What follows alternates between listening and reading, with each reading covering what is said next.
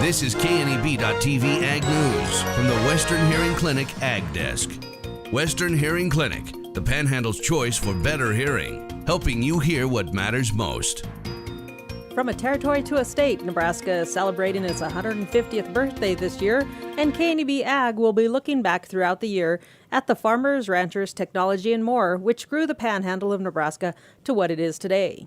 Cattle came to Nebraska as longhorns, but Ivan Rush, retired UNL Panhandle Research and Extension Center emeritus professor, cow-calf feedlot manager, says the longhorns were quickly replaced by Herefords and shorthorn cattle. Early on, the shorthorn cattle were started to be used on the longhorn cattle, and kind of maintained a color pattern and brought some growth and again better carcass quality or carcass quantity. And then the Herefords started coming along, and they were recognized and were in fact a very durable cattle breed that could do well on range conditions, were relatively easy to care for.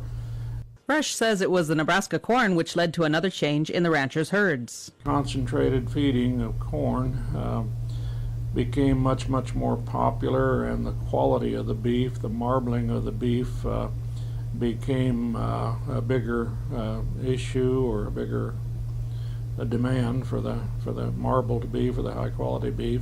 Research at Fort Robinson and ranchers' experience found out the black baldy cow, or Hereford Angus cross heifers, made good mothers and produced heavier calves. It seemed there was a shift away from the Hereford cattle, then more to the Angus cattle.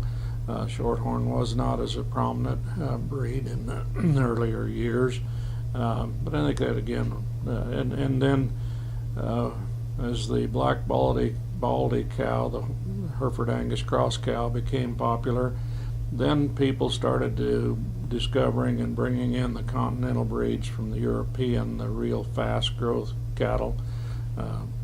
The Continental, the Charolais was probably the first breed that came over, actually came down through Canada. Rush grew up on a ranch where he was always involved with cattle, from taking them to fairs and 4-H to having his own herd. He says each rancher has their idea of what makes a good cow. He prefers bigger heifers, which he admits isn't always a good idea, but the heifers perform better and have bigger calves. He also looks for good temperaments in his cattle. With KNEB.TV News, I'm Chabela Guzman, and 150 years of Nebraska agriculture is sponsored by Kelly Bean, proud to be a tri-state region tradition for 90 years.